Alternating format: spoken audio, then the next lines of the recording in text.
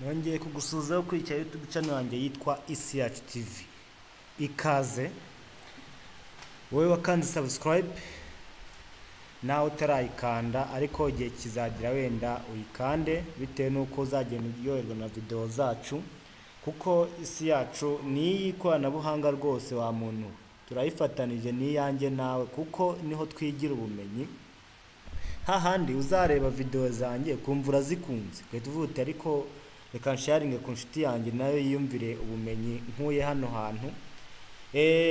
Ibyo bintu ni sawa cyane rwose, ariko ndagushimiye wowe by'umwihariko ureba video zanjye rwose, nubwo utarakanda subscribe ariko ndabizi uzayikanda, kuko dushyiraho ibintu byiza kandi bifasha mu buzima bwa buri munsi. Nkuko mujya mubibona rero, ni ikoranabuhanga ngendanwa mu matelefoni, muri mashini, ndetse n'ubundi buzima bwa buri munsi duhura nabyo. Ikaze rero, muri kumwe na DJ Bayingana. Kuyo munsi rero nta kintu nkuzaniye uko ushobora kuba wagera nk'ahantu runaka, warangiza ukareba access point muri machine, ubwo tuba tuvuga wireless, ukayirebamo kuvuga ati ariko wireless wayimbwira password. Ubu rero ntago bikiri ibanga, igihe wewe uri kubona wenda nk'umuntu ari gukoresha internet kuri machine, hari ukuntu rwose ushobora kuba wafata machine ye cyangwa ukamuyimutira mu kinyabupfura, ugatuvuga uti wantije koko. Icyo gihe rero hari ukuntu wahita ubigenza ugahita ubona ya wifi yagira gute ari gukoresha. Reka rero dutangire ntarabarambira. Ubwo weho uhita ureba muri machine yawe, tuvuge ko uyifite hano, jewe ubundi tuvuge ko ari machine natse umuntu. Uhita ukareba hano hari internet, urabona hari izina rya internet ndi gukoresha, uhita ukanda kuri right click. Urabona kuri machine yawe uri imbere yayo hari right click and left click, ugahita ukandaho. Hari troubleshoot problems, ako ni akajambo ka mbere, hakazamo na open network and internet settings. Iyo umaze gukandaho uhita utegereza agatafunguka settings.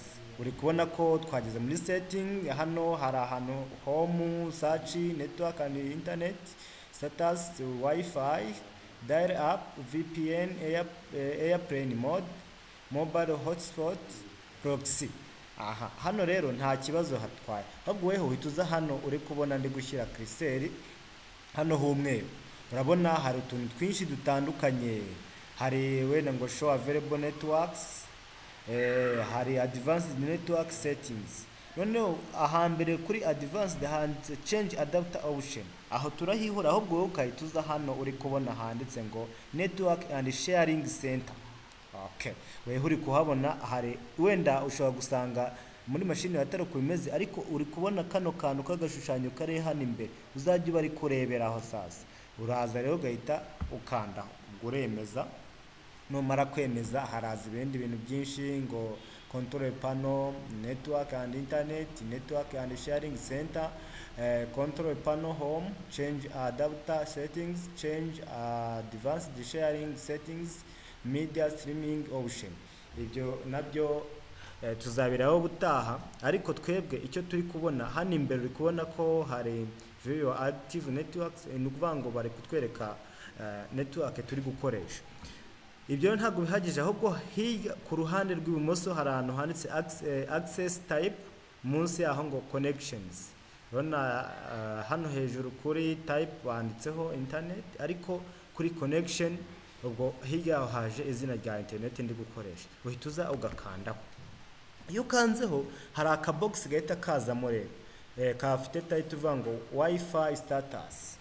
Munsi ya ni general, uvuga ngo zino ni types zayo. Ibyo byo ntabwo tubyitaho. Hari ahanditse details, ubwo details ni internet nye turi gukoresha imeze gute. Munsi yaho hari wireless properties, hasi hari byte, ni ukuvuga ngo uko internet iri kugenda. Uri kubona ko iri kuva aho iri ikaza kuri machine hano ngo sent, iri kuza then received, machine yanjye nayo ikayakira. Ibyo nta kibazo rwose. Noneho ure tuza kuri wireless properties, ukandeho. Naho haje kuri title haje izina rya internet ndi gukoresha. Hari connection, munsi hari name, SSID, network type, network availability. Munsi hari ngo connect authentico when this network is in range. Uvuga ngo bino bishatse kuvuga yuko ari ukonekta izagiza mu gihe iri muri yo wageze muri range yawe nyine kuyo wahita ukonekta kuri machine yawe nta kibazo rwose. Munsi ariko hari utundi tutavivuye ngo look for other wireless network while connected to this network. Uvuga ngo uhita ureba n'izindi wireless ziri connected kuri iyi ngiyi ndi gukoresha.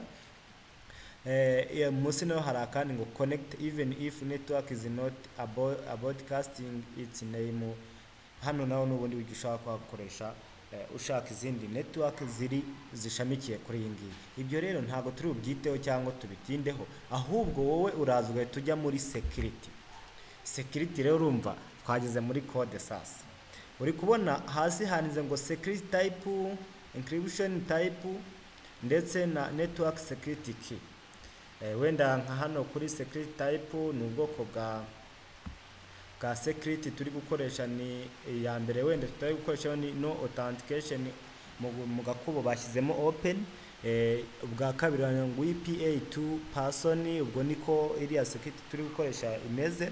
Noneho ngo WPA to enterprise ndetse n'ibindi biri munsi, ibyo nabyo ntabwo tubyitaho. Munsi rero naho harimo kandi kantu ngo AES, ako nako ntabwo tukitaho. Sasa rero icyo nashakaga ngiki hano network security key tuyigezeho. Guhakinga mwana umwe ni hatari. Nk'ubu murebe nk'ubu ubaye wabimenye nk'uko ugiye mbikubwiye, urabona wakoresha iminota ingana ni mike cyane. Ariko icyambere n'ubumenyi, weho ino channel weho yiteho gusa umenye ngo ino channel ubundi bimeze bite, sibyo? Weho umenya ngo ino channel ubundi ino channel ni isi yacu kabisa. Iyi ni internet pe, uhita uza rogahita wirebera kuri show characters. Ubwo urumva no hakanda biragenda bite. Reka rero mite mpakanda wirebere. Urabona ko internet ifite password y'utudomo gusa. Uhita uza kuri show characters ukandeho, dore ya cable yacu free isibone. Nuvuga ngo internet ndi gukoresha ni cable free. That's why ubwo ibintu ni sawa. None ubushatse nagenda rwose nkana ubundi kiza we uzajya ufata iyo security umaze kubona uhita uyifotora muri telefone kugira utayibagirwa n'ikindi gihe ujuza uhita ugira gute uyishyiramo. Byaba byiza rero ugiye ubikora gutya. Ngayo nguko rero abantu bazakobeshya ngo hari ama application abikora rwose, abantu ntuzabumve. Mwari kumwe na DJ Bayingana, nkwibutsa subscribe niba utarayikanda, kandi wakanda like ndetse na comment kugira ngo utugeze igitekerezo cyawe. Ubutaha tujye tumenya ikintu turi bukurikizeho kandi namwe mushaka. Mwari kumwe na DJ Bayingana ku Isi Yacu TV. Bye bye.